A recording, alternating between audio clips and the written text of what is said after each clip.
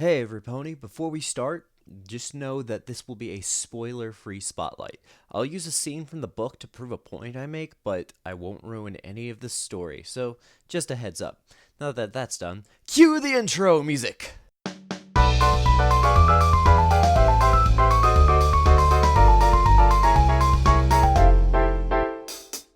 Hello, everybody, and welcome to Brony Spotlight, where we look at the best of what the Brony community can create. My name's Fedora Brony, and oh my gosh, Today we're looking at something that goes beyond good, at least in my opinion. Today we look at what I personally consider my favorite fanfiction, Past Sins by Penstroke and assisted by Batty Gloom. There are so many things that I love about this story that it just makes me... If you haven't guessed by now, I love this story.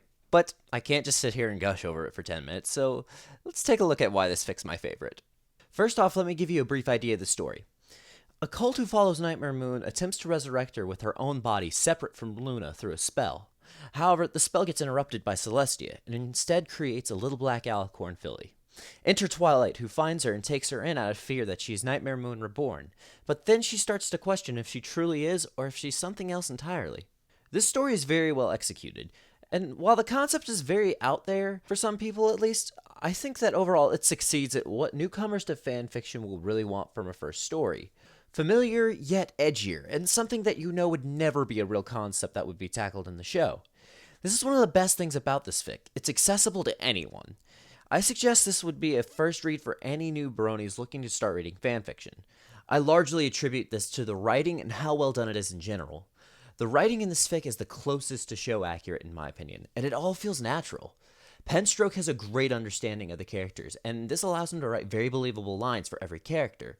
Twilight is just as obsessive, Rarity is just as high class, Pinky is just as random, and everyone in between is as well written as their show counterparts. That said, what also impressed me was the inclusion of Nyx, the name Twilight gives to the alicorn filly, and how well she fits in.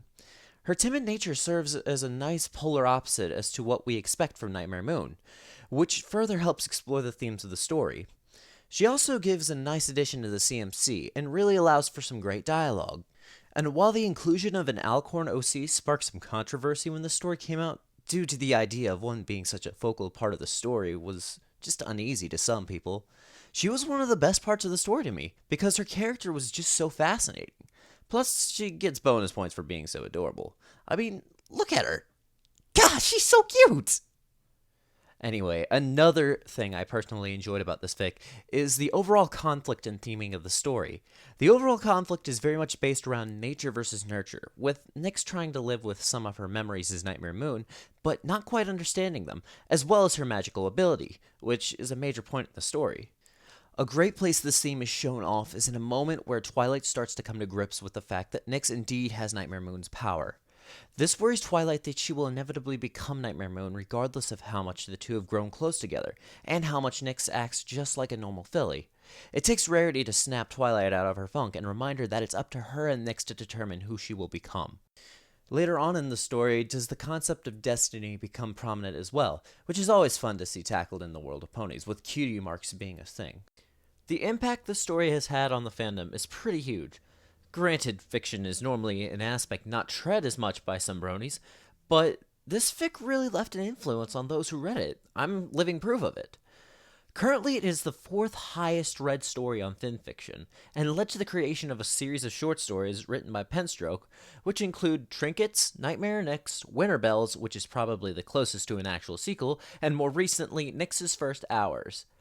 This fic has spawned its own fan base, which has pumped out fan art, an original soundtrack by Force Demoto, some unofficial side stories by various authors, and most impressively, its own printing run. Equestria Publications ran a limited printing run of the book, with the story Nyx's First Hours originally being exclusive content to the book. This is impressive because there have only been 2 fanfictions in this fandom to have earned their own print run, or at least to my knowledge. This story and Fallout Equestria, and trust me, we'll cover how big of a deal that is in that spotlight.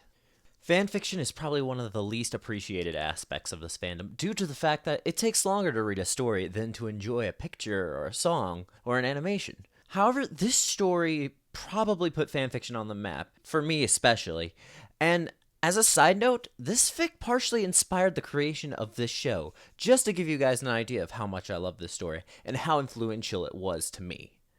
If you're interested in fanfiction, I highly encourage you to make this story your first stop.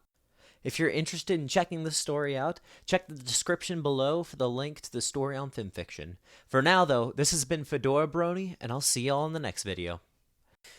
Hey, every pony! I hope y'all have been enjoying our videos. We really appreciate those who have been checking us out. It means so much to me, Sparkspur, NC Brony, and everyone here at CHE that you've been liking and commenting on these videos. So first off, thank you very much.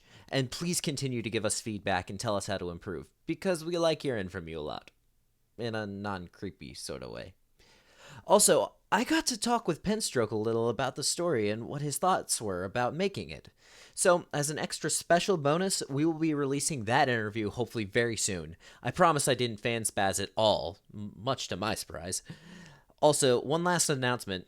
I will be going away for a little bit, for I'm partaking in an activity called Drum Corps, which means my life will consist of nothing but playing music in the sun until August.